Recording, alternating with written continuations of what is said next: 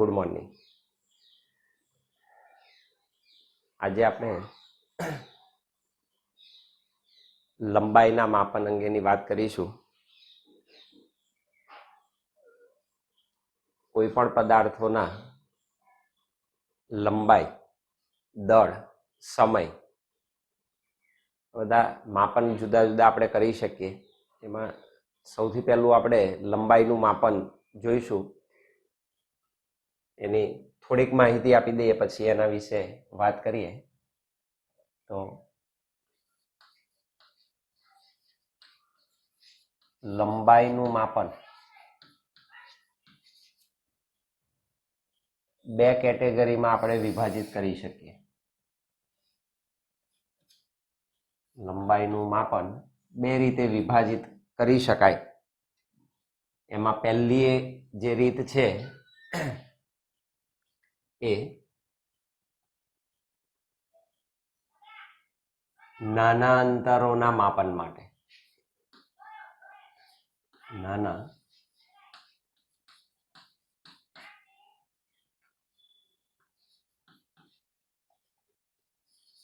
અંતરોના માપન. નાના અંતરોના માપન માટે પહેલી રીત છે એની.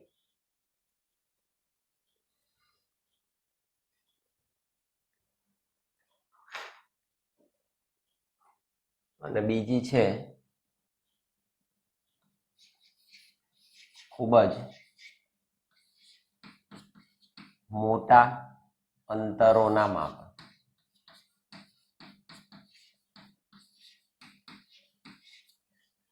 એક નાના અંતરોના માપન માટે, બીજા ખૂબ જ મોટા અંતરોના માપન માટે. નાના અંતરોના માપન માટેની જે રીત છે એને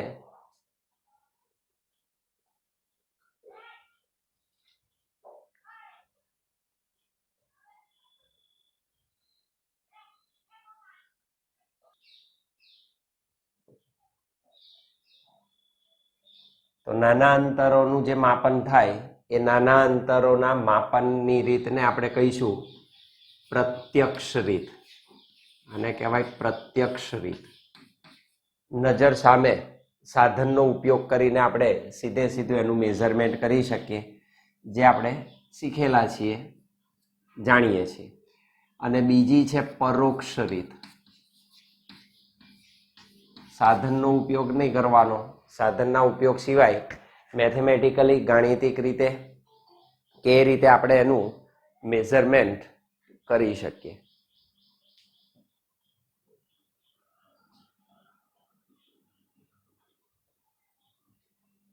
તો લંબાઈનું માપન આપણે બે રીતે દર્શાવીશું, પ્રત્યક્ષ રીત અને પરોક્ષ રીત. પ્રત્યક્ષ રીતમાં સૂક્ષ્મ અંતરો, નાના અંતરોના માપન માટે આપણે એનો ઉપયોગ કરીએ છીએ. જેમ કે મીટર પટ્ટી. તો પ્રત્યક્ષ રીતમાં આપણે મીટર પટ્ટી, ફૂટ પટ્ટીનો ઉપયોગ કરીએ છીએ, જે લગભગ 10⁻³ મીટરથી 10⁻² મીટર સુધીનું માપન કરી શકે. મિલીમીટરના ક્રમથી 100 મીટર, તો 10⁻² મીટર સુધીનું માપન કરવું હોય તો આપણે મીટર પટ્ટી, ફૂટ પટ્ટીનો ઉપયોગ કરીએ છીએ. બીજું એક સાધન છે જેને કહેવાય વર્નિયર કેલિપર્સ. વર્નિયર કેલિપર્સ આ બધા પ્રેક્ટિકલ સાધનો છે. તો વર્નિયર કેલિપર્સની મદદથી પણ તમે એનું માપન કરી શકો. દેટ ઇઝ 10⁻⁻⁴ મીટર સુધી. 10⁻⁻⁴ મીટરના ક્રમનું, આનાથી એ નાનું માપવું હોય તો તમે વર્નિયર કેલિપર્સનો ઉપયોગ કરી શકો. ત્રીજું છે micrometer screw gauge. Micrometer screw gauge અથવા તો સ્ફેરોમીટર.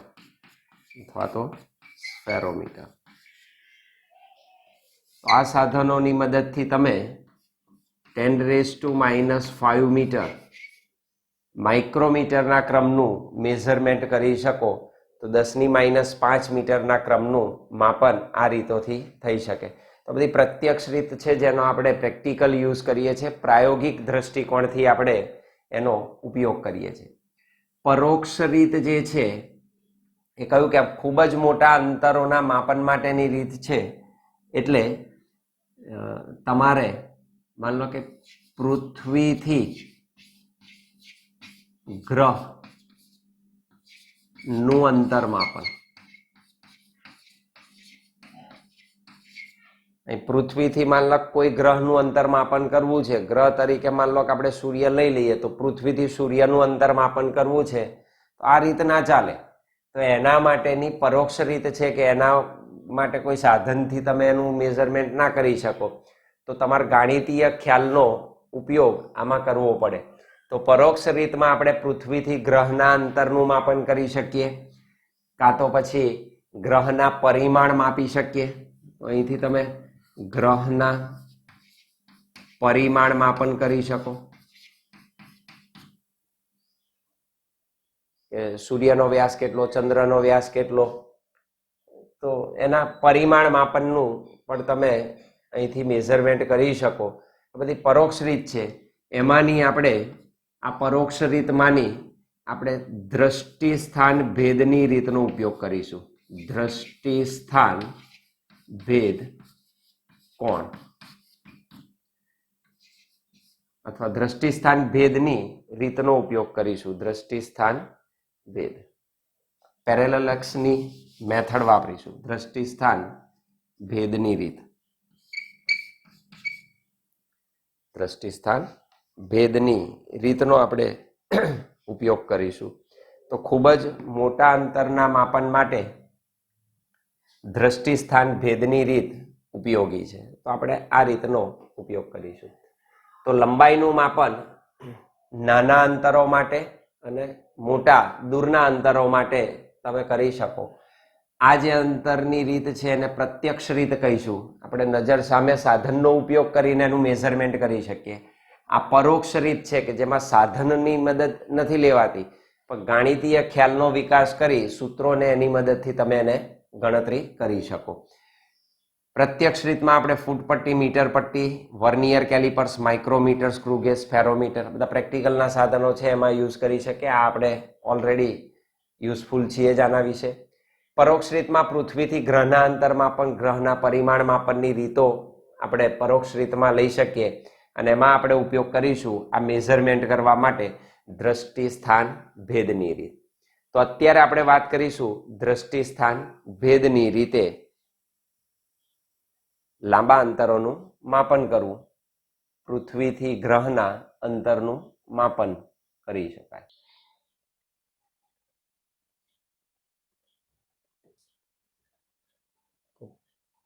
પૃથ્વી અને ગ્રહ વચ્ચેના અંતર માપનની પરોક્ષ રીત કે લાંબા અંતરોના માપન માટેની દ્રષ્ટિ સ્થાન ભેદની રીતનું વર્ણન કરીશું. અથવા તો તમને એમ કે દ્રષ્ટિ સ્થાન ભેદની રીતની મદદથી પૃથ્વી અને કોઈ ગ્રહ વચ્ચેનું અંતર માપન દર્શાવતું સૂત્ર મેળવો. તો અંતર માપન દર્શાવતું સૂત્ર પણ આપણે મેળવી શકીએ. તો આમ છે, આકૃતિ દોરી દઈએ આપણે પહેલા.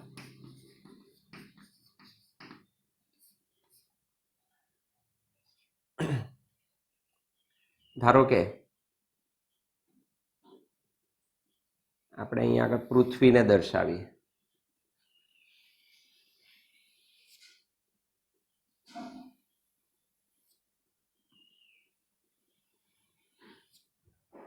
આપેલી પૃથ્વીથી કોઈ ગ્રહનું અંતર માપન આપણે કરવું છે. માન લો કે અહીંયા આગળ કોઈ ગ્રહ છે, પૃથ્વીથી ઘણે જ દૂર આવેલો હોય એટલે બિંદુવત જ દેખાય તમને. એને ટેલિસ્કોપ વડે નિહાળવો પડે, એમને એમ ના થઈ શકે. હવે આ પૃથ્વીના વ્યાસાંતે આવેલા બે બિંદુઓ લઈ લઈએ જેને આપણે અવલોકન સ્થળ ગણી શકીએ. વ્યાસાંતે આવેલા ગમે તે લઈ શકો. મેક્સિમમ કેટલા? પૃથ્વીના બે વ્યાસાંતે આવેલા અંત્ય બિંદુ આપણે પસંદ કરી શકીએ. ધારો કે આ એ સ્થળ છે, આ બી સ્થળ છે અવલોકન. અને ત્યાંથી આ ગ્રહનું આપણે અવલોકન કરીએ છીએ. તો એને તમે અહીંથી જુઓ એથી અને બીજો બી તરફથી, તો આને કહેવાય અવલોકન દિશાઓ નક્કી કરવી પડે. તો એની અવલોકન દિશાઓ આપણે ગ્રહની નક્કી કરીએ છીએ. તો અવલોકન દિશાઓ ગ્રહની આપણે નક્કી કરી શકીએ. તો આ ગ્રહ છે, આ છે પૃથ્વી. તો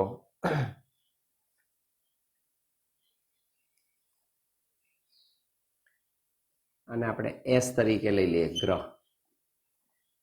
એ થી એસ, બી થી એસ. ધારો કે આ અંતર કેપિટલ ડી છે અને અહીં આંતરા તો કોણ, દેટ ઇઝ થીટા. ધારો કે આ થીટા છે. એ અને બી વચ્ચેનું અંતરને હું કહી દઉં સ્મોલ બી. આ સ્મોલ બી છે, અવલોકન સ્થળો વચ્ચેનું અંતર. તો આ એની આકૃતિ છે. તો પૃથ્વી, અર્થ, અને તમે રેખાકૃતિમાં આમ દર્શાવી શકો આ જ આકૃતિને.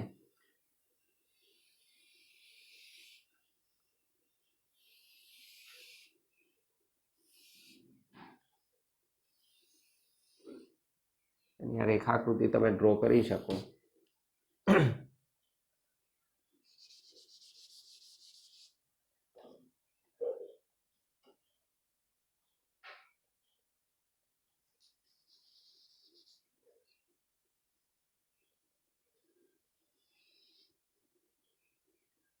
આ એસ છે ગ્રહ, આ અવલોકન સ્થળ એ, આ અવલોકન સ્થળ બી, બે વચ્ચેનું અંતર સ્મોલ બી, આ ડિસ્ટન્સ ડી છે અને આ ખૂણો આપણે થીટા લઈએ છીએ.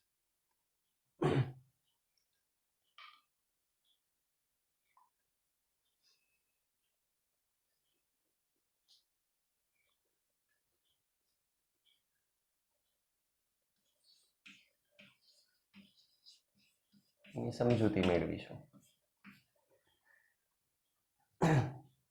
આ એકલી આકૃતિ દોરો તો પણ ચાલે, ખ્યાલ આવે એટલે દોરેલું છે.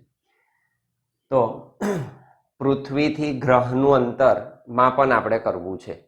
તો પૃથ્વીથી ગ્રહના અંતર માપન એ ખૂબ જ મોટા અંતર માપનની રીત તરીકે ઓળખી શકાય.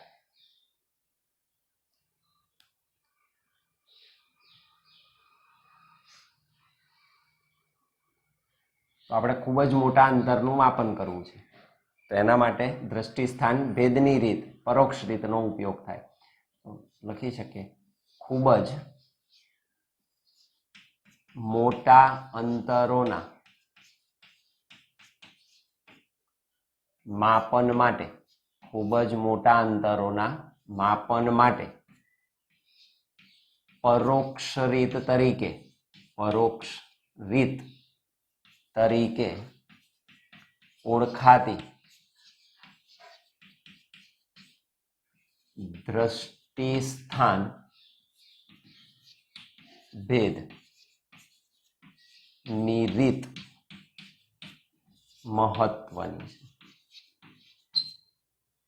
આ રીત વધારે ઉપયોગી છે. પરોક્ષ રીત દૂરના અંતર માટે કઈ અગત્યની છે? દ્રષ્ટિ સ્થાન ભેદ, પેરેલેક્સ મેથડ કહેવાય.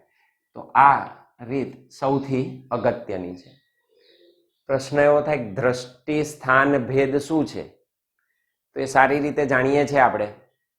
માન લો કે પેન્સિલ કે એવો કોઈ પદાર્થ આપણે લઈ લીધો. આ પદાર્થ મેં માન લો ચોક લઈ લીધો. આ ચોકને મારી આંખ સામે આમ રાખું મધ્યમાં, પાછળ બેકગ્રાઉન્ડ તરીકે માન લો કે આવું બોર્ડ લઈ લઉં કે દિવાલ લઈ લઈએ આપણે, અને આમ નજર સામે એને રાખી પાછળ કોઈ એક પોઈન્ટ મૂકી દઈએ, બિંદુ મૂકીએ, અને બિંદુને અનુલક્ષીને હું આ ચોકને નિહાળું અને પછી એકવાર ડાબી આંખ અને એકવાર જમણી આંખ બંધ કરીને એને જોઉં, તો આપણો સામાન્ય ખ્યાલ છે કે ડાબી આંખ બંધ કરીને આને જોઉં તો આ પોતાની મૂળ પોઝિશનમાંથી ખસેલું જણાશે પેલા પાછળના બિંદુને અનુલક્ષીને. અને પછી જમણી આંખ બંધ કરીને આનું નિરીક્ષણ કરું તો આપણે સહજતાથી સમજી શકીએ છીએ કે આ જે પદાર્થ છે એ પાછલા બિંદુને અનુલક્ષીને તમે એને જ્યારે નિહાળશો તો ડાબી ને જમણી આંખ બંધ કરતા નિહાળશો તો બંને વચ્ચે દ્રષ્ટિ સ્થાન ભેદ દેખાશે. એકવાર અહીં દેખાય, બીજી વાર પદાર્થ અહીં દેખાય પાછળના બિંદુને અનુલક્ષીને. તો તમને બે જુદા જુદા સ્થાનો આંખ બંધ કરવાથી જોવા મળે. આને કહેવાય દ્રષ્ટિ સ્થાન ભેદ. આપણી આંખ બંનેને શું કરે છે? જુદા જુદા સ્થાનોએ નિહાળે છે. જેમ કે અહીંયા આગળ આપણે કહીએ એ અને બી, તો આ બે બીજું કશું નથી, બે આંખ વચ્ચેનું સ્થાન છે કે જે બંનેને શું કરે? જુદા નિહાળે. આપણી વસ્તુ છે જેને આપણે નિહાળીએ છીએ. તો અહીંયા આગળ આપણે ગ્રહને નિરીક્ષણ કરવાનું છે, અને ગ્રહનું નિરીક્ષણ કરવું હોય તો તમારે એની પાછળના પૃષ્ઠભૂમિમાં બીજા તારાને ધ્યાનમાં લેવા પડે, કારણ તો જ તમે કોઈકના સંદર્ભે એને નિહાળી શકો. કારણ કે આ ને આ બે અવલોકન સ્થાન કેવા છે? જુદા જુદા છે. તો એ જ ગ્રહને નિહાળવા માટે તમારે પૃષ્ઠભૂમિમાં કોઈ એક સ્ટાર તારાને તમારે નિહાળવો પડે. તો એ દ્રષ્ટિ સ્થાન ભેદને આપણે દૂર કરવો છે. તો દ્રષ્ટિ સ્થાન ભેદ કોણ આપણે નક્કી કરવો પડે. તો આ જે ખૂણો મળે છે એ થી એસ, બી થી એસ, એ છે અવલોકન દિશાઓ. તો આ એ થી એસ શું દર્શાવે? અવલોકન દિશા. તમે જે દિશામાં નિહાળો છો એ ડિરેક્શન બતાવે. તો આ અવલોકન દિશા છે. આ બંને અવલોકન દિશા વચ્ચે આંતરાતો જે કોણ છે એને આપણે કહીએ છીએ દ્રષ્ટિ સ્થાન ભેદ કોણ. દ્રષ્ટિ સ્થાન ભેદ કોણ. પેરેલલ એક્સ એંગલ કહેવાય દ્રષ્ટિ સ્થાન ભેદ કોણ. જે વસ્તુને જુદા જુદા સ્થાનોએ દેખાડે, બંને વસ્તુ આપણે એના સ્થાનથી કોઈક પદાર્થને જ્યારે નિહાળીએ ત્યારે બંને અવલોકન દિશાઓ વચ્ચે આંતરાતો કોણ એ આપણો શું બનશે? દ્રષ્ટિ સ્થાન ભેદ કોણ તરીકે ઓળખાય. તો આપણો આ દ્રષ્ટિ સ્થાન ભેદ કોણ છે. અને એ અને બી જે અવલોકન સ્થાન તમારા થયા, જેના સંદર્ભે તમે એને નિહાળો છો, તો એ અને બી વચ્ચેનું જે અંતર બી છે, નાઉ ધેટ ઇઝ કોલ્ડ બેઝિસ. એને બેઝિસ કહેવાય, જેને આપણે પાયો કહીએ છીએ. તો આ બેઝિસ છે. તો બેઝિસને સંદર્ભમાં રાખીને આપણે આ નિહાળીએ છીએ. તો થોડીક આ ટર્મિનોલોજી છે કે શબ્દો આપણે જાણવા પડે. ઓકે, તો આપણે દ્રષ્ટિ સ્થાન ભેદની રીતની વાત કરીએ છીએ.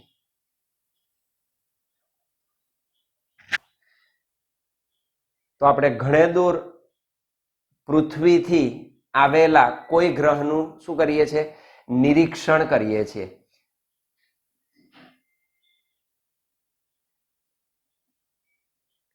તો આ રીતથી શું કરીશું? દ્રષ્ટિ સ્થાન ભેદ ની રીતથી પૃથ્વીથી ઘણે જ દૂર આવેલા, પૃથ્વીથી ઘણે જ દૂર રહેલા કોઈ ગ્રહ એસ, પૃથ્વીથી ઘણે જ દૂર રહેલા કોઈ ગ્રહ એસ નું અંતર કેપિટલ ડી, અંતર આપણે નક્કી કરવું છે, કેપિટલ ડી નક્કી કરવા માટે તો પૃથ્વીથી આપેલા કોઈ ગ્રહ એસ નું શું મારે નક્કી કરવું છે? અંતર ડી નક્કી કરવા માટે પૃથ્વી પરના બે જુદા જુદા અવલોકન સ્થાનો તમારે નક્કી કરવા પડે, લેવા પડે. તો એના માટે પૃથ્વી પરના કરવા માટે પૃથ્વી પરના બે જુદા જુદા અવલોકન સ્થાનો, માન લો કે આ અમેરિકા છે ને ભારત છે. એક જણ અમેરિકાથી ગ્રહ જોવે છે, બીજો ભારતથી ગ્રહ જોવે, તો અમેરિકા અને ભારત વચ્ચેનું જે ડિસ્ટન્સ આવ્યું દેટ ઇઝ યોર બેઝિસ. અને કોઈ એક ગ્રહ ચોક્કસ કહી દીધો આપણે, એ જ ગ્રહને આપણે આપેલા પૃષ્ઠભૂમિના તારાને અનુલક્ષીને નિહાળીએ દ્રષ્ટિ સ્થાન ભેદ દૂર કરીને, અને આ ડિસ્ટન્સ મેજર કરી શકાય. તો પૃથ્વી પરના બે જુદા જુદા અવલોકન સ્થાનો એ અને બી. એક અવલોકન સ્થાન આપણે લઈ લીધું એ અને બીજું લઈ લીધું બી પરથી એક જ સમયે બંને ગ્રહો પરથી એક જ સમયે ગ્રહ એસ નું આપણે શું કરીશું? અવલોકન કરીશું. તો આ ગ્રહ એસ નું પૃથ્વી પરના બંને સ્થાનો એ અને બી પરથી આપણે એક જ સમયે ગ્રહ એસ નું અવલોકન કરીશું. તો એક જ સમયે ગ્રહ એસ નું શું કરવામાં આવે છે? અવલોકન કરવામાં આવે છે. આપણે એને નિહાળીએ છીએ. તો આપેલા ગ્રહને એ અને બી પરથી વારાફરતી તમે એક જ સમયે શું કરી શકો? નિહાળી શકો. કહ્યું તેમ બે અવલોકન સ્થાનો વચ્ચેના અંતરને આપણે શું કહીશું? બેઝિસ કહીશું. તો બે અવલોકન સ્થાનો એ અને બી વચ્ચેના અંતરને બેઝિસ બી કહે છે. બે વચ્ચેના અંતરને આપણે શું કહીશું? એનું બેઝિસ કહીશું. તો એને બેઝિસ તરીકે ઓળખવામાં આવે છે. તો એના બેઝિસ તરીકે આપણે દર્શાવી શકીએ એને.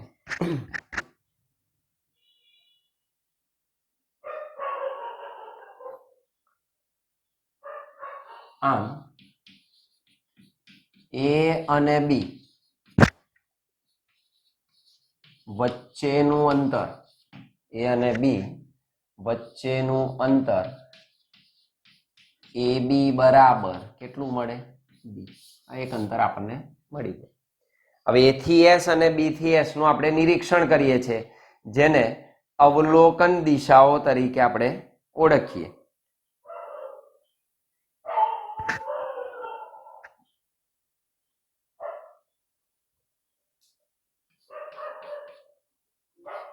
એ અને બી પરથી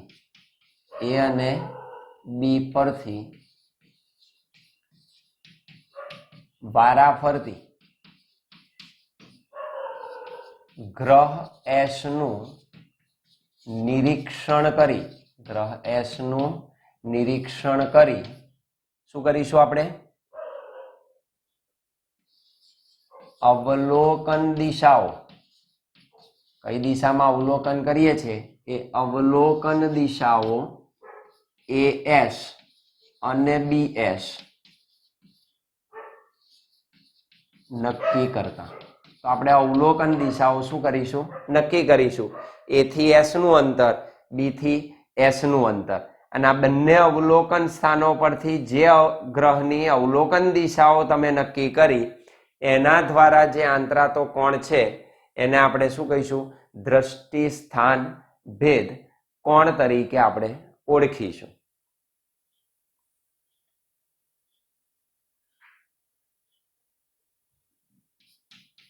તો બંને અવલોકન સ્થાનો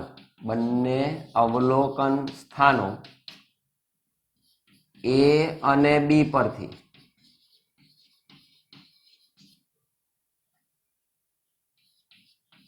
ગ્રહ એસ નું નિરીક્ષણ કરતા મળતી અવલોકન દિશાઓ વડે ગ્રહ એસ પાસે આંતરાતા કોણ થીટા ને દ્રષ્ટિ સ્થાન ભેદ કોણ કહે છે. તો બે અવલોકન દિશાઓ વડે ગ્રહ એસ પાસે આંતરાતો કોણ થીટા એનો દ્રષ્ટિ સ્થાન ભેદ કોણ કહેવાય. અર્થાત કયો ખૂણો થયો? તો ખૂણો ASB અથવા ખૂણો BSA is equal to theta. That is equal to દ્રષ્ટિ સ્થાન ભેદ કોણ. દ્રષ્ટિ સ્થાન ભેદ કોણ. દ્રષ્ટિ સ્થાન ભેદ કોણ છે.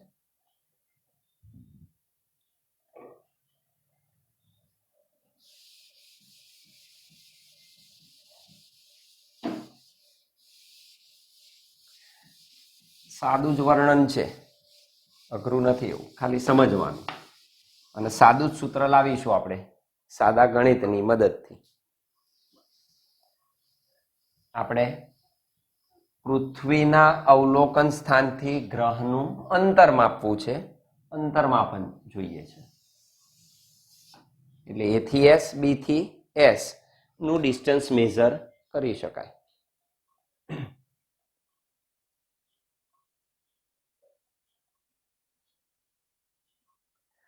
હવે પૃથ્વીથી ગ્રહ ખૂબ જ દૂર હોય, આ ડિસ્ટન્સ ઘણું દૂર છે આ બે વચ્ચેના અંતરની સરખામણીમાં, તો સ્વાભાવિક છે કે આંતરાતો કોણ થીટા દ્રષ્ટિ સ્થાન ભેદ કોણ અતિ સૂક્ષ્મ મળે. આ ઘણો જ નાનો ખૂણો હોય.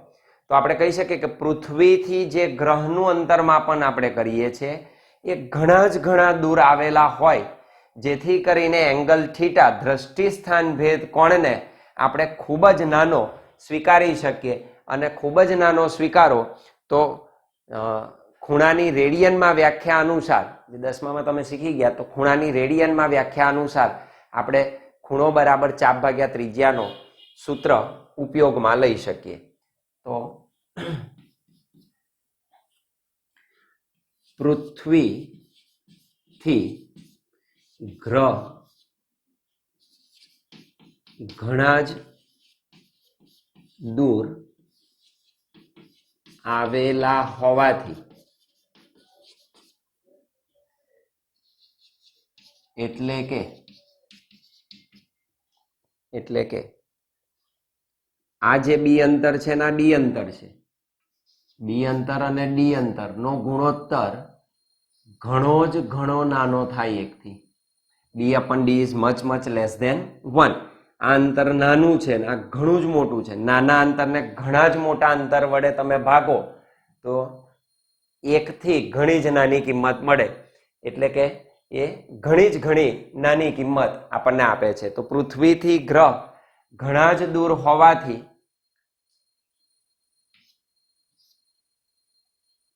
થીટા અત્યંત નાનો મળે.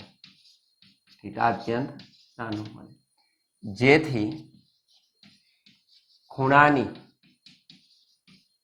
રેડિયનમાં, હવે આપણે જાણીએ છીએ ખૂણો પૂરક રાશિ છે, પ્લેન એંગલ સમતલ કોણ, તો ખૂણાનો એકમ શું થાય? રેડિયન. તો ખૂણાની રેડિયનમાં વ્યાખ્યા અનુસાર શીખી ગયા આપણે, ત્યાં લખ્યું હતું ખૂણો બરાબર ચાપ ભાગ્યા ત્રિજ્યા, તો એની રેડિયનમાં વ્યાખ્યા હતી.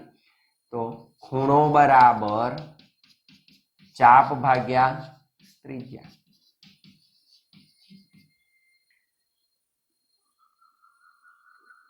તો ખૂણો બરાબર શું લખાય? ચાપ ભાગ્યા ત્રિજ્યા. જાણે કે ગ્રહ S થી તમે આ ડી અંતરને ત્રિજ્યા લઈ લો અને ત્યાંથી અહીંયા આગળ માન લો કે ચાપ મારેલો છે એમ ગણી શકાય. આ ચાપ જ થયો, પણ આ અંતર ઘણું જ નાનું હોવાથી દૂરથી જુઓ તો લગભગ કેવું લાગે? સુરેખ. એટલે આપણે એને સુરેખ દોરેલું છે. અને એટલે આ નાના ખૂણા માટે ખૂણો બરાબર ચાપ ભાગ્યા ત્રિજ્યા તમે સૂત્રનો ઉપયોગ કરી શકો. અર્થાત ખૂણો થીટા ચાપ, તો ચાપ એટલે A થી B વચ્ચેનું અંતર AB ડિવાઇડેડ બાય ત્રિજ્યા એટલે A થી S નું અંતર કે B થી S નું અંતર, અથવા તો તમે લખી શકો AB upon BS is equal to ચાપ AB શું છે? પૃથ્વી પરના બે અવલોકનો સ્થાન વચ્ચેનું અંતર. તો પૃથ્વી પરના બે અવલોકન સ્થાન વચ્ચેનું અંતર. સ્થાન વચ્ચેનું અંતર, એના વચ્ચેનું અંતર છે, ડિવાઇડેડ બાય એ થી એસ નું અંતર શું છે? પૃથ્વીથી ગ્રહનું અંતર છે, પૃથ્વીથી ગ્રહનું અંતર. Now that is theta is equal to પૃથ્વી પરના બે અવલોકન સ્થાન વચ્ચેનું અંતર, એને આપણે બેઝિસ કહીએ છીએ, તો એને બેઝિસ પણ કહેવાય. અને પૃથ્વીથી ગ્રહનું અંતર જે છે એ અવલોકન દિશા છે, તો એને આપણે ત્રિજ્યા ગણી, તો એ પૃથ્વીથી ગ્રહનું અંતર શું દર્શાવે? એની ત્રિજ્યા દર્શાવે, જે આપણે લખેલી છે. તો that is equal to capital D. That means theta બરાબર બેઝિસ કેટલો છે? Small B divided by capital D. આ સૂત્ર સાદું મળ્યું, અને આ સૂત્રની મદદથી તમે કેપિટલ ડી ને સૂત્રનો કરતા બનાવો તો તમે અંતર મેળવી શકો. ઇમ્પ્લાઇઝ કેપિટલ ડી બરાબર શું લખાય? વી અપન થીટા. એકદમ સાદું સૂત્ર તમને અહીંયા આગળ મળે. તો પૃથ્વીથી ગ્રહના અંતરનું માપન ડી અપન થીટા સૂત્રની મદદથી કરી શકો. બેઝિસ અવલોકન જ્યાંથી લો છો એ અવલોકન સ્થાન વચ્ચેનું અંતર બેઝિસ ડિવાઇડેડ બાય થીટા, દ્રષ્ટિ સ્થાન ભેદ કોણ થીટા. તો તમે નક્કી કરી શકો, અને સરળતાથી સાદા સૂત્રની મદદથી તમે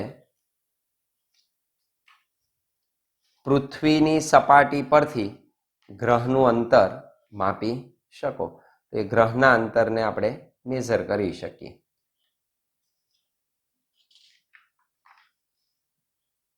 તો આ સિમ્પલેસ્ટ વે છે.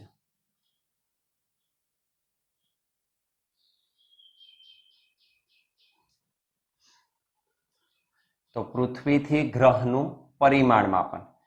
માન લો કે આ પૃથ્વી છે, આ પૃથ્વી એની સપાટી છે. તો પૃથ્વીની સપાટી પરના કોઈ અવલોકન સ્થાન ઓ ને હું લઈ લઉં, અને ત્યાંથી કોઈ ગ્રહનું પરિમાણ માપન કરવું છે. માન લો કે અહીંયા આગળ હું ગ્રહ ડ્રો કરી દઉં.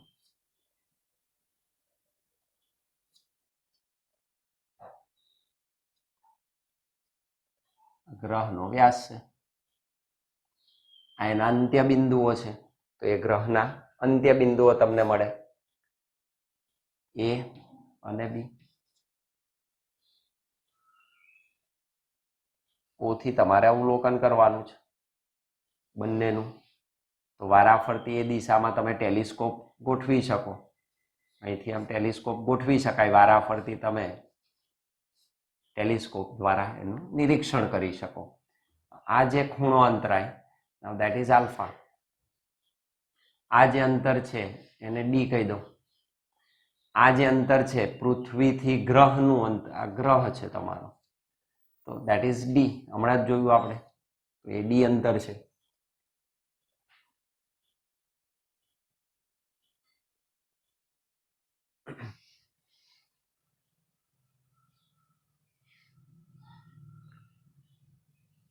એની આકૃતિ થઈ. તો આ ગ્રહનું પરિમાણ માપન કરવું છે.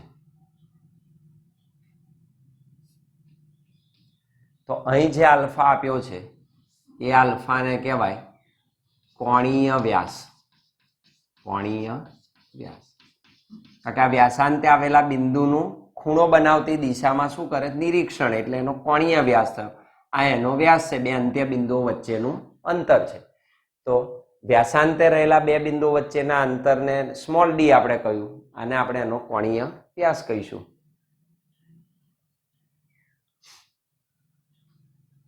તો કોણીય વ્યાસ શું છે? તે કોણીય વ્યાસ,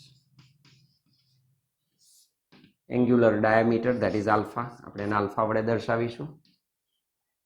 તો ગ્રહના વ્યાસાંતે રહેલા બે બિંદુઓ અથવા અવલોકન સ્થાનો વડે પૃથ્વીની સપાટી પરના અવલોકન સ્થાન સાથે આંતરાતા કોણને એનો શું કહેવાય? ગ્રહનો કોણીય વ્યાસ કહે છે.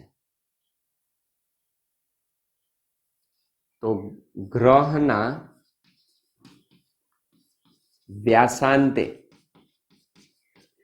આવેલા ગ્રહના વ્યાસાંતે આવેલા બે બિંદુઓ અથવા ગ્રહના વ્યાસાંતે આવેલા બિંદુઓ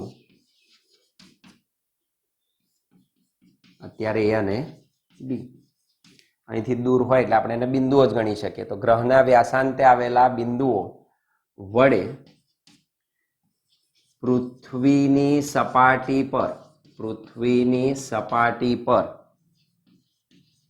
ના અવલોકન સ્થાને આંતરાતા કોણને ગ્રહનો કોણીય વ્યાસ કહે છે. ગ્રહનો કોણીય વ્યાસ. તો જે ખૂણો અવલોકન સ્થાન પાસે અંતરાય એને એનો કોણીય વ્યાસ કહેવાય.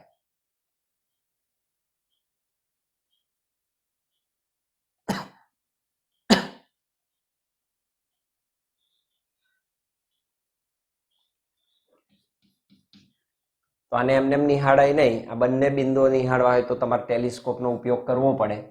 તો પૃથ્વીની સપાટી પરના અવલોકન સ્થાનથી એ અને બી નું તમારે અવલોકન કરવું હોય તો ટેલિસ્કોપ વડે કરો અને ટેલિસ્કોપ વચ્ચેનો જે ખૂણો છે એ બે અવલોકન દિશાઓ થઈ. બે અવલોકન દિશાઓ OA અને OB વચ્ચેના કોણને આપણે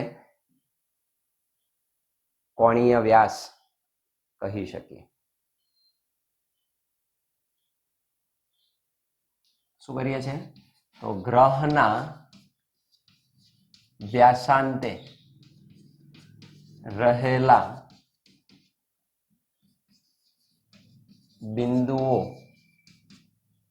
નું પૃથ્વી પરથી ટેલિસ્કોપ દ્વારા નિરીક્ષણ કરી અથવા નિરીક્ષણ કરતા મળતી અવલોકન દિશાઓ કઈ? O થી A અને O થી B, OA અને OB વચ્ચેના કોણને ગ્રહનો કોણીય વ્યાસ કહેવાય. ગ્રહનો કોણીય વ્યાસ કહે. ગ્રહનો કોણીય વ્યાસ છે, that is આલ્ફા.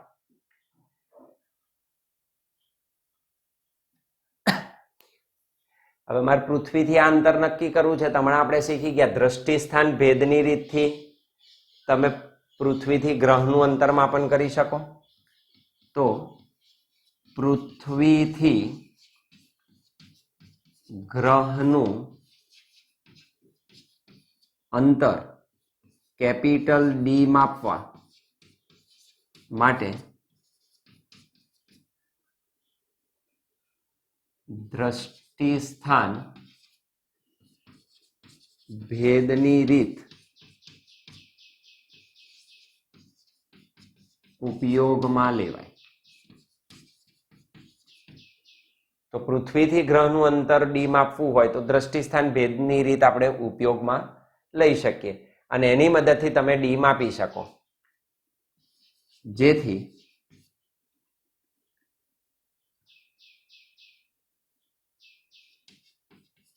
ગ્રહનો વ્યાસ કેટલો છે?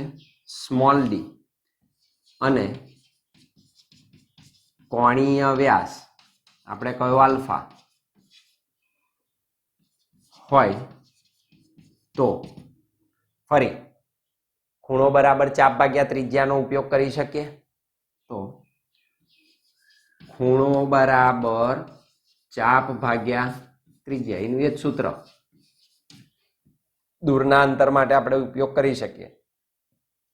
ખૂણો એટલે અત્યારે કોણીય વ્યાસ. આ ખૂણો એટલે કોણીય વ્યાસ બરાબર ચાપ એટલે AB. તો ચાપ AB, ત્રિજ્યા એટલે O થી A નું અંતર.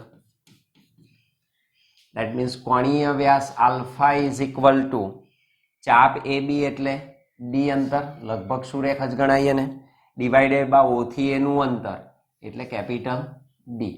તો આ સૂત્રની મદદથી તમે ગ્રહનો કોણીય વ્યાસ અને જેની મદદથી તમે ગ્રહનું પરિમાણ, ગ્રહનો વ્યાસ મેજર કરી શકો. ધેરફોર ડી બરાબર આલ્ફા ઇન્ટુ ડી. આ સાદા સૂત્રની ઉપયોગિતાથી તમે ગ્રહનું પરિમાણ મેજર કરી શકો,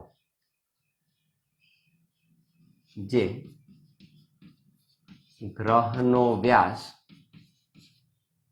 દર્શાવે, જે ગ્રહનો વ્યાસ દર્શાવે. આ રીતે એનું પરિમાણ માપન કરી શકાય.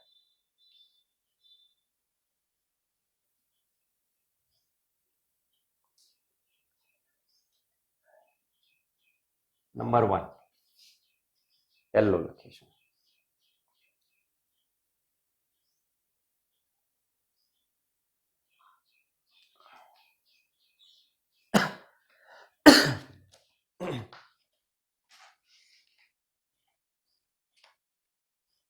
that is 1 fermi. આપણે ટેબલમાં લખેલો જ છે, ફેમ્ટોમીટર કહેવાય આને. 1 ફર્મી that is 10⁻⁻15 મીટર સૂક્ષ્મ અંતર માપન માટેનો આ એકમ છે. તો સૂક્ષ્મ અંતર માપન માટે આ એકમ તમે ઉપયોગમાં લઈ શકો. તો એ એક એકમ છે. બીજો છે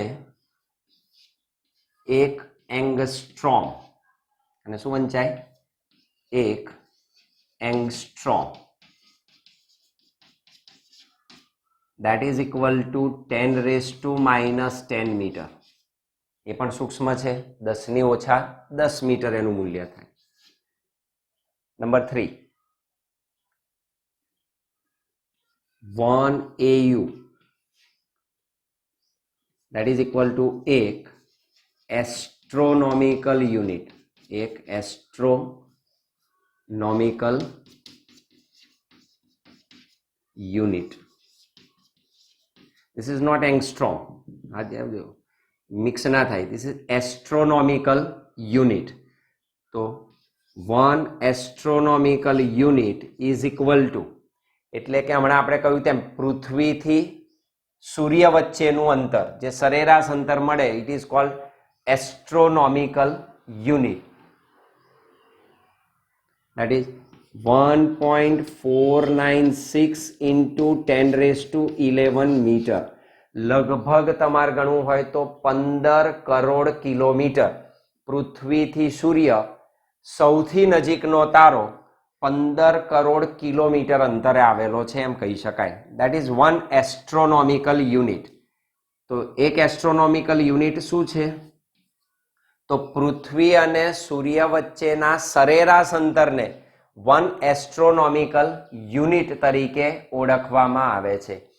તો સૂર્ય અને પૃથ્વી, સૂર્ય અને પૃથ્વી વચ્ચેના સરેરાશ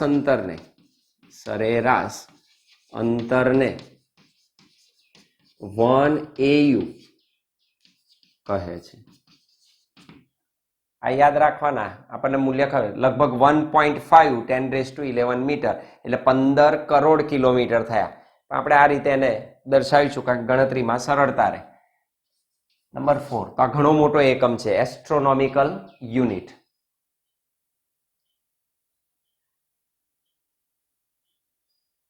કાલે જોયો તો તે એક પ્રકાશ વર્ષ. એક પ્રકાશ વર્ષ that is 1 light year. 1 light year that is 1 LY is equal to એનું મૂલ્ય થાય 9.46 into 10⁻15 મીટર પ્લસ માઇનસ છે, that is ફર્મી. એટલે લગભગ તમે યાદ રાખી શકો 10⁻16. આ લગભગ 10 કહેવાય તો 10⁻16 કહેવાય. તો 1 light year is 9.46 into 10⁻15 metre. તો એક પ્રકાશ વર્ષ શું છે? તો પ્રકાશે એક વર્ષમાં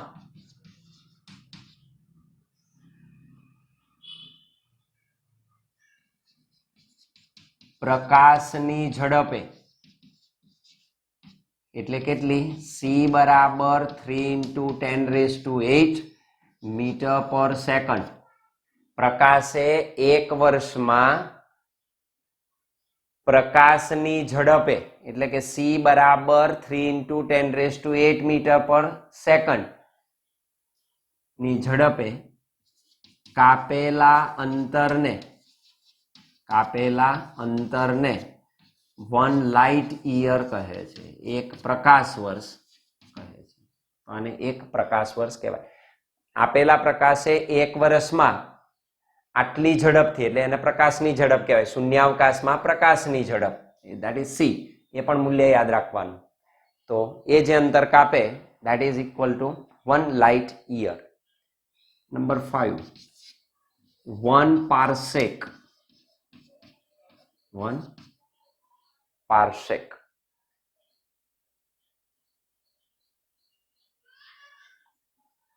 that is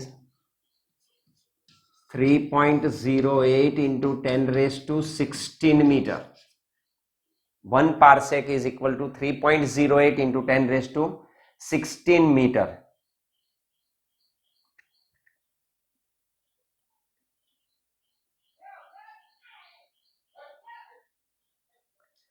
એક પાર્સેક કોને કહેવાય? 1 પાર્સેક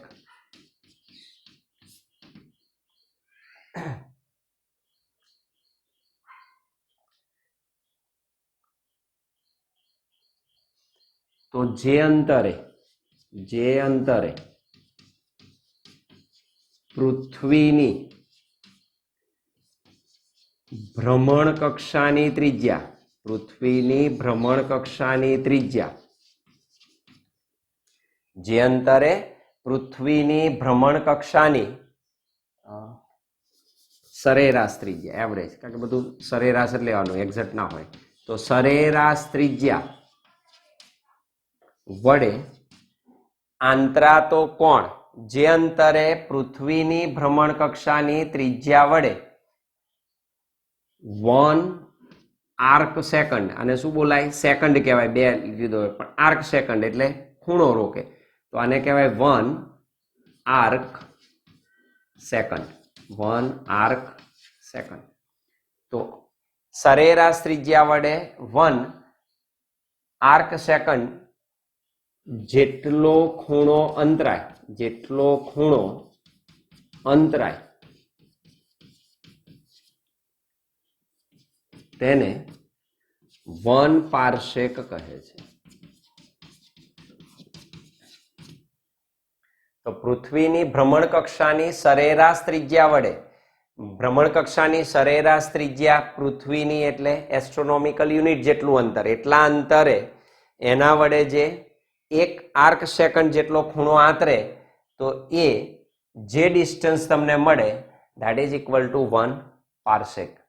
એને 1 પાર્સેક અંતર કહે છે.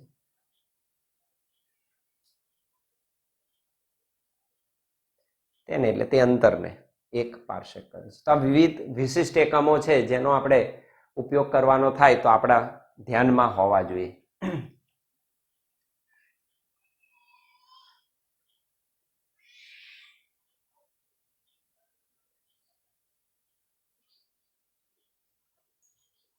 જો એનો ઉપયોગ કેવી રીતે કરે છે.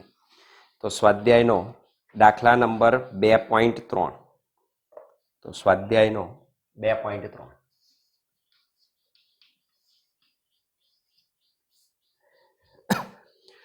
ઉષ્મા અથવા ઉર્જાનો એકમ કેલરી છે. ઉષ્મા અથવા ઉર્જા એટલે ઉષ્મા ઉર્જા, અથવા એને કહેવાય ઉષ્મા ઉર્જા નો એકમ તમને આપી દીધેલો છે. નો એકમ કયો છે? કેલરી. અને કેલરી એકમમાં મપાય ઉષ્મા ઉર્જા, CAL લખીશું, કેલરી. અને તે લગભગ 4.2 જૂલ બરાબર છે. તો 1 કેલરીનું મૂલ્ય તમને 4.2 જૂલ બરાબર આપેલું છે. તો એ 4.2 જૂલ બરાબર છે.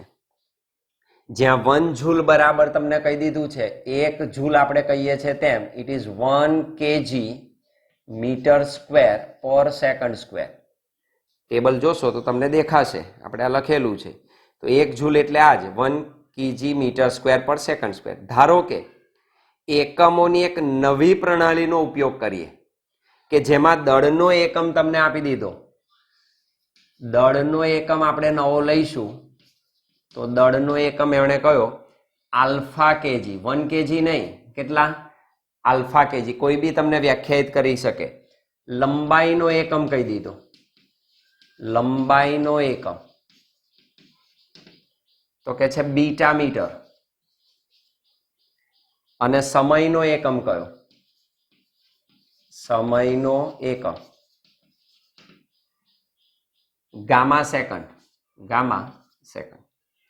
તો દર્શાવો કે નવા એકમોના સંદર્ભે કેલરીનું માન, આ 1 કેલરીનું માન alpha inverse beta raise to -2 gamma square છે. તો એ તમારે માપ મેળવવાનું છે. અને આપણને કહી દીધેલું છે પ્રારંભિક માપ આપણને આપેલું છે 4.2 જૂલ કેલરી. કેલરી જે તમને એકમ આપેલો છે એનું મૂલ્ય કેટલું આપ્યું છે 4.2 જૂલ. તો એ તમને આપેલો છે. મારે નવું માપ શોધવાનું છે N2. તો અહીં આગળ ઉર્જાની વાત કરેલી છે એના નવા એકમોના સંદર્ભે મારે કેલરીના એકમને ડિફાઇન કરવાનો છે. એક કેલરીને નવા એકમમાં ડિફાઇન કરવાનો છે. ઓકે, તો આપણે કરી શકીએ આપણી જ રીતનો ઉપયોગ કરીને.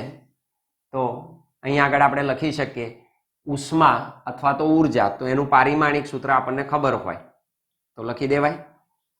ઉર્જા અથવા ઉષ્મા ઉર્જા નું પારિમાણિક સૂત્ર, નું પારિમાણિક સૂત્ર જે કહી દીધેલું છે આ છે 1 જૂલ એટલે આ. તો આ તમને આપી જ દીધેલું છે, આને ફેરવી દેવાય. ml ટીમ લખતા આવડી જાય. m કેટલા 1, l કેટલા 2, t -2. કાર્યનું ઉર્જાનું પારિમાણિક સૂત્ર આપણને ખબર હોવી જોઈએ. That is m1 l2 t -2. નહીતર આવી નજર કરો તો અંદર આપી દીધેલું પણ હોઈ શકે. હવે આપણને એક પ્રણાલી આપી છે ને હવે MKS CGS નથી. એક જૂની પદ્ધતિ છે ને એક નવી પદ્ધતિ છે. આ જૂની પદ્ધતિ કહીશું, આ નવી પદ્ધતિ આલ્ફા બીટા ને ગામા સ્વરૂપે આપણી નવી પદ્ધતિ છે. તો એકમ પદ્ધતિઓ તમને આપી દીધેલી છે. તો અહીં લખી શકું કે અહીં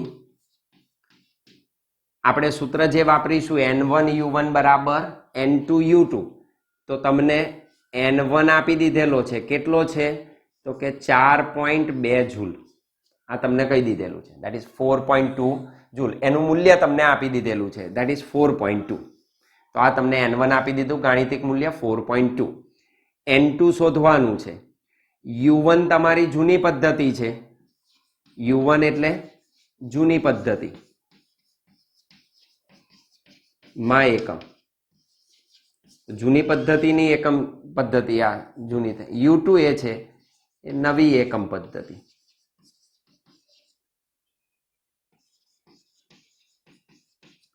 નવી એકમ પદ્ધતિ છે. N2 શોધવાનું છે તમારે. 1 કેલરી બરાબર કેટલા થાય એ તમારે શોધવાનું છે. તો that is 1 calorie is how much, મને એ શોધવાનું કહ્યું છે એનું મૂલ્ય. તો શોધી દઈએ. ચાલો કાલના સૂત્રનો ઉપયોગ કરીએ. શું લખીશું? સૌથી પહેલું આ લખી દઈએ m1 l2 t -2 મેં નોંધી દીધું. આ બાજુ જૂની એકમ પદ્ધતિ, જૂની એકમ પદ્ધતિ પ્રારંભિક જે કહીએ એ ભાગ કરી દઈએ. આ બાજુ નવી એકમ પદ્ધતિ.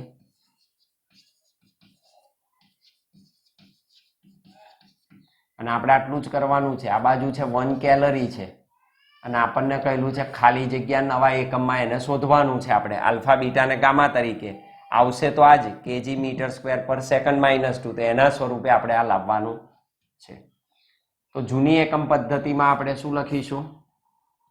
m1 kg l1 metre t1 second. તો તમને જૂની પદ્ધતિ U1 શું મળે? m1 1 l1 2 t1 -2. નવી પદ્ધતિ તમને આપી છે આલ્ફા કેજી, તો નવી પદ્ધતિમાં તમને એકમ કયો આપ્યો છે? આલ્ફા કેજી તરીકે આપેલો છે. તો અહીં આગળ જૂની પદ્ધતિ છે તમારી પાસે અને આ નવી પદ્ધતિ તમને આપેલી છે. આ N1 એટલે આપણે 4.2 જૂલ એટલે કેટલા? 1 કેલરી. એને આપણે કન્વર્ટ કરવા છે. તો M1 KG, L1 metre, T1 second. અહીં આપણને આપી દીધું M2 શું? તો કે આલ્ફા કેજી. M2 શું છે? Alpha KG. L2 શું છે? Beta metre. T2 શું છે? તો કે ગામા સેકન્ડ. તો મને નવી પદ્ધતિ U2 મળે કઈ? તો કે M21 L22 આ લખવાનું, નંબર બદલાઈ જાય, T2 - 2. તો આ પદ્ધતિ મળે. તો N1 U1 સૂત્રનો યુઝ કરી શકાય. તો ફરી N1 U1 બરાબર N2 U2. નવી પદ્ધતિમાં મૂલ્ય લાવવું છે N2, that is equal to N1 into U1 upon U2. This is equal to N1 into 1 to M, L ને જુદા જ લઈ લઈશું એટલે M1 upon M2 નો ગુણોત્તર, ઘાત કેટલી? 1. L1 upon L2 ની ઘાત કેટલી? પરિમાણ 2. T1 upon T2 કેટલું? -2. This is equal to N1 મને મૂલ્ય આપ્યું છે 4.2 જૂલ, 1 કેલરી બરાબર આટલા, તો એ 4.2 આપેલું છે, that is 4.2 into બ્રેકેટ, ચાલો M1 એટલે M1 એટલે શું છે? કેજી, ડિવાઇડેડ બાય M2 કેટલા? Alpha KG raise to 1. Same way L1 શું? તો કે મીટર. L2 શું? તો કે બીટા મીટર. T1 શું? તો કે સેકન્ડ, આની ઘાત કેટલી? 2. અને T2 કેટલા? તો કે gamma second raise to -2. Now this kg gets cancelled, meter gets cancelled, second gets cancelled. It is equal to 4.2 into bracket. This is 1 upon alpha raised to 1. This is 1 upon beta raised to 2. This is 1 upon gamma raised to -2. Is equal to 4.2 1 upon alpha raised to 1 એટલે 1 upon alpha, અહીં થશે 1 upon beta square, અહીં થશે 1 upon gamma raised to -2. અંશમાં લઈ જવાય તો મને અહીંયા આગળ મળશે N2 is equal to 4.2 into પારિમાણિક સૂત્ર શું મળશે? that is alpha inverse, અંશમાં જાય એટલે -1, beta raised to -2 અને gamma raise to minus A plus થઈ જાય. તો આ નવા એકમમાં મળે. તો N2 કેટલો મળ્યો નવા એકમમાં? 4.2, alpha -1, beta -2, gamma 2. That is મને મળી ગયું 1 કેલરી એટલે કેટલા નવા એકમમાં? તો કે 4.2 જૂલ નહીં, આલ્ફા ઇનવર્સ, બીટા -2, ગામા 2. આ એનો જવાબ થાય. 1 calorie is equal to this much. નવો એકમ, આ એનો નવો એકમ મળ્યો.